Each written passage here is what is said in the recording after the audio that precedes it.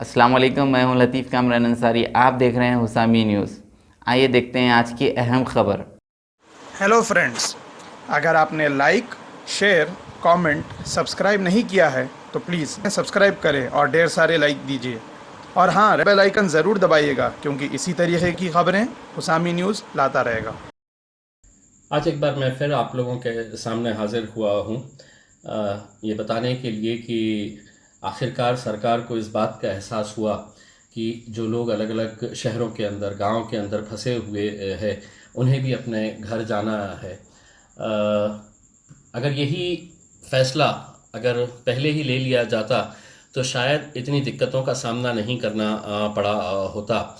अचानक आप लोगों से ये कह देंगे कि जहाँ है वहीं पर रहो, तो इससे सबसे ज़्यादा अगर दिक्कत किसी को आई है तो वो मज़दूरों की, जो दिन में कमाते थे, रात में खाते थे। लेकिन किसी तरह से बहुत सारे एनजीओज़ ने, बहुत सारे सियासी संगठनों ने, बहुत सारे इंडिविजुअल्स ने इन लोगों की मदद की। लेकिन ये आखिर कब तक चलता रहेगा? जब सरकार के ऊपर बहुत ज़्यादा दबाव पड़ा कि बहुत ज़्यादा लोग ऐसे फंसे हुए हैं और इन्हें भी अपने घर जाना है, क्योंकि ये सही बात है कि जब ये कोरोना वायरस का कहर आया तो हर माँ बाप चाहता था कि हमारे बच्चे हमारे पास होना चाहिए, और हर शख्स ये कोशिश में लगा हुआ था कि मुझे मेरे घर तक किसी तरह से पहुंचा दो।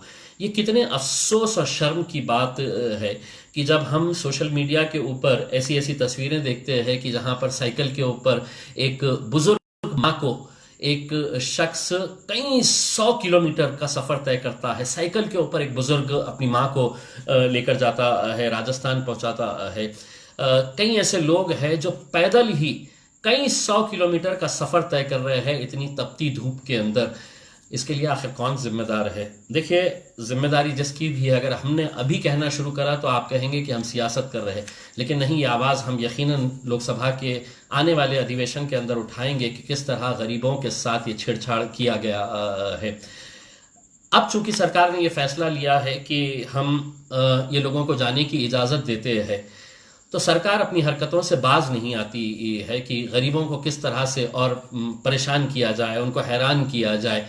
जो कंडीशंस लगाई गई है कि अगर आपको अपने गांव जाना है, अपने शहर जाना है, तो आपको महज सिर्फ इतना नहीं करना है कि आपको अपनी गाड़ी अरेंज करना है, आपका मेडिकल टेस्ट करवाना है। अगर आप ओके अगर है, मेडिकल सर्टिफिकेट में अगर आपका ओके आ जाता है, आप गाड़ी में बैठिए और चले जाइए। नहीं, लेकिन उसका भी एक प्रोसीजर तैयार किया गया है उन गरीबों के लिए जो अभी खाने के मोहताज है, जिनके पास अनाज के लिए भूखमरी से वो इतने परेशान है, और सरकार उनसे कहती है कि ठीक है, हम तुमको पासेस देंगे, लेकिन आपको वो पूरा प्रोसीजर कंप्लीट करना पड़ेगा। आप देखिएगा जो डिटेल्स डाली गई है कि अगर किसी को अगर पास निकालना है कि मुझे यहाँ से लखनऊ जाना है, दिल्ली जाना है, पटना जाना है, हैदराबाद जाना है, तो मुझे सिर्फ जाके मैं एक फॉर्म भरूं और पास मिलेगा, ऐसा नहीं है। उसके अंदर सरकार ने ये कहा है कि आपको पासपोर्ट साइज की अपनी फोटो जोड़ना पड़ेगा।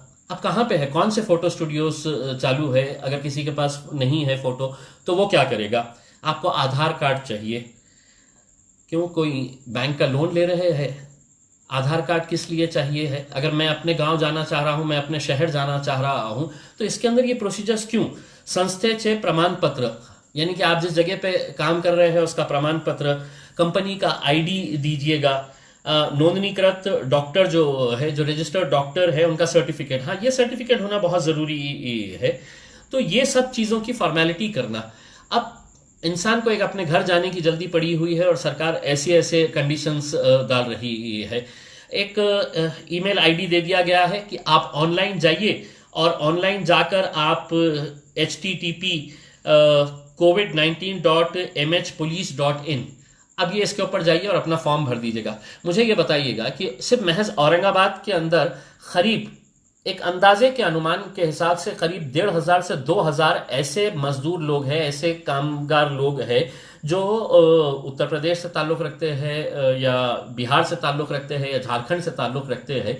ये कब जाएंगे वेबसाइट के ऊपर, और वेबसाइट के ऊपर जाके ये प्रोसीजर कब कंप्लीट होगा? तो इन सब दिक्कतों को देखते हुए मैंने ये तय किया है कि मैं एक अपने ऑफिस के ऊपर हम एक हेल्प डेस्क तैयार कर रहे हैं, जिसमें हमारी पूरी टीम वहां पर सुबह 11 बजे से लेके दोपहर में 2 बजे तक वहां पर बैठेगी। अब जो लोग अपने अपने गांव को जाना चाहते हैं, और मैं सिर्फ ये औरंगाबाद के हद तक बात कर रहा हूं, मुझे मालूम है कि दूसरे जिले के भी लोग उतने ही परेशान होंगे। मैं दूसरे जिले के वहां के जितने भी नेता हैं उन लोगों से अनुरोध करूंगा कि इसमें लोगों की मदद करें। तो हमारा ये सेंटर है, मेरा ऑफिस दिल्ली गेट के कलेक्टर ऑफिस के बाजू में ही है, मेन चौराहे के ऊपर।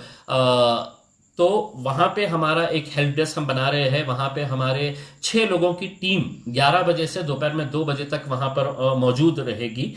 आप वहां पर अपने डॉक्यूमेंट्स लेकर आइएगा।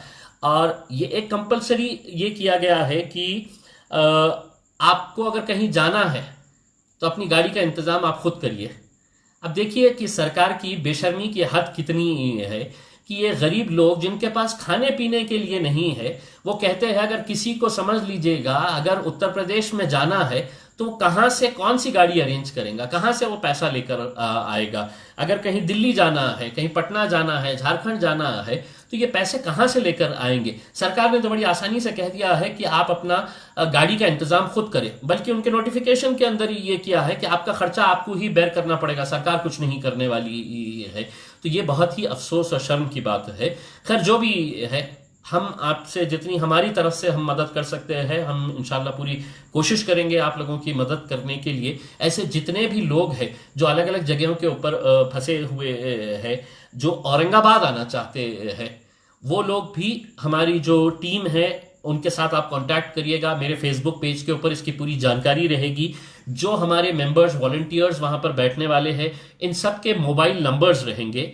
और साथ ही साथ हमने एक सेपरेट ईमेल तैयार किया है। उस ईमेल आईडी के ऊपर, ईमेल आईडी है IJ यानी कि इम्तियाज जलील का IJMP helpdesk@gmail.com, IJMP helpdesk@gmail.com, IJMP helpdesk, ये पूरा वन वर्ड है, @gmail.com। इसके ऊपर आप जाइए, आपकी पूरी डिटेल्स दे दीजिएगा, ऑनलाइन दे दीजिएगा। अगर आप नहीं आ सकते हैं, अगर समझ लीजिएगा आप कहीं कन्नड़ में फंसे हुए हैं, गंगापुर में है, वैजापुर में है, पुलिस आने नहीं दे रही आपको अपने घर जाने के लिए, ये अलग दिक्कत का मामला है, तो आप किसी के जरिए आपकी पूरी जानकारी हमारे इन नंबर्स के ऊपर या हमारे ईमेल आईडी के ऊपर किसी की मदद लेकर हमारे पास फॉरवर्ड कर दीजिएगा। हम पूरे प्रिंट आउट्स निकालेंगे और पूरे प्रिंट आउट्स निकलवाने के बाद हम आपका पूरी फाइल तैयार करके हम पुलिस कमिश्नर ऑफिस के पास लेकर जाएंगे। जो आउट ऑफ स्टेट है, आउट ऑफ स्टेट जो जाने वाले हैं, यानी कि महाराष्ट्र के बाहर जिन्हें जाना है, उसकी परमिशन जिलाधिकारी के पास से मिलेगी। तो उनकी फाइल पूरी तैयार करके हम वहां पे सबमिट करेंगे और कोशिश करेंगे कि जल्द से जल्द आपकी परमिशन आ जाए। और आपकी परमिशन आने के बाद आपको आने की जरूरत नहीं पड़ेगी, हम खुद आपके घर तक ये पहुंचाने का इंतजाम करेंगे। तो बस यही उम्मीद है कि आप लोग अपने अपने घरों के ऊपर जल्द से जल्द पहुंच जाए। एक दूसरा मैं अनुरोध उन लोगों से करना चाहता हूं, देखिए बहुत सारे ऐसे गरीब लोग हैं जो महाराष्ट्र के अंदर ही अलग अलग जिलों के अंदर रहते हैं। बहुत सारे ऐसे कॉलेज स्टूडेंट्स हैं, यंग लड़के और लड़कियां हैं। हर रोज मुझे फोन आता है कि किसी को बुल्ढाना जाना है, किसी को नासिक पहुंचना है, किसी को अलग अलग जिलों के अंदर जाने का है। तो ये लोगों को भी जाने के लिए कहीं ना कहीं कोई इंतजाम, क्योंकि सरकार ने तो कहा है कि आपको अपनी गाड़ी अपना पैसा खर्च करने का है। तो मैं औरंगाबाद में रहने वाले उन तमाम लोगों से हाथ जोड़कर ये विनती करना चाहूंगा कि जिनके पास 4 व्हीलर्स है, आपकी गाड़ी वैसे भी नहीं चल रही है, लॉकडाउन का सिचुएशन है, मेरे पास जितनी गाड़ियां हैं मैं मेरी पूरी गाड़ियां लगाने वाला हूं। अगर आप अपनी गाड़ी अगर इस नेक काम के लिए अगर हमें देते हैं अपने ड्राइवर के साथ, तो वो गाड़ी का नंबर भी आप हमारे इस हेल्प डेस्क के ऊपर दे दीजिएगा, आपका ड्राइवर रहेगा। अगर समझ लीजिएगा कि 4 बच्चियां हैं जिन्हें हमें अहमदनगर तक पहुंचाना है, कोई गरीब बच्चे हैं जिन्हें हमें जालना का परभनी तक पहुंचाने का है, इसके लिए गाड़ियां लगने वाली है। वरना सरकार परमिशन दे देगी और कहेंगी कि अब तुम जाओ, परमिशन से पैदल जाओ, साइकिल पे जाओ, कहीं पे भी जाओ करके, लेकिन ये हमारी जिम्मेदारी है। तो तमाम वो लोग जिनके पास 4 व्हीलर्स है रखी हुई, कम से कम इस नेक काम के अंदर आप हाथ बटाइए। आपकी गाड़ी का नंबर, आपके ड्राइवर का नाम अगर आप इसी ईमेल आईडी के ऊपर IJMP helpdesk@gmail.com के ऊपर अगर आप देते हैं, तो मैं समझूंगा कि आप एक नेक काम के अंदर बहुत बड़ा अपना योगदान करेंगे, क्योंकि अकेले हम कुछ नहीं कर सकते। अगर आप साथ में है तो ऐसा कोई भी काम नहीं है जो नामुमकिन है। ऐसी मुश्किल घड़ी के अंदर हम सबको साथ में मिलकर आना है और इस मुश्किल घड़ी का सामना हम सबको करने का है। बस आप लोगों से यही गुजारिश है कि ऐसे समय के ऊपर बढ़ चढ़कर आगे आइए। देखिए, एक दूसरी बात मैं इसी का मौका लेते हुए ये कहना चाहता हूँ कि शुरुआत के अंदर बहुत सारे एनजीओज़ ने अपने लेवल के ऊपर अनाज का डिस्ट्रीब्यूशन किया, किट्स दिए, बहुत सारे अभी भी कर रहे हैं, लेकिन मांग इतनी है और करने वाले इतने हैं। अगर आप थोड़ा सा योगदान अगर करेंगे, किसी के भी, जिस कोई एनजीओ काम कर रहा है, अनाज बांटने का काम कर रहे हैं, हम खुद काम कर रहे हैं मेरे ऑफिस के ऊपर से, आप कुछ नहीं, पैसा नहीं किसी को दीजिएगा, उसमें आप उनको पास अनाज पहुंचा दीजिएगा, किसी को गेहूं दे दीजिएगा, चावल दे दीजिएगा, आपकी तरफ से हम बांटने का काम करेंगे। या हमें नहीं तो आप किसी भी एनजीओ को जो एक नेक काम के अंदर हिस्सा ले रहा है उसको आप अनाज पहुंचाने का काम करिएगा, क्योंकि बहुत सारे लोगों तक पहुंचने का है और करने वाले बहुत ज़्यादा लोग नहीं है। अगर आप हाथ बटाएंगे, अगर आप साथ देंगे तो यकीनन हम ये काम को बहुत आसान कर सकते हैं। एक बहुत अच्छा काम है और मुझे यकीन है कि औरंगाबाद की जनता, औरंगाबाद ज़िले के अंदर जितने भी लोग हैं वो अपने अपने घरों तक पहुंच जाएंगे अगर आप लोगों का साथ रहा। बहुत बहुत धन्यवाद। Thank you.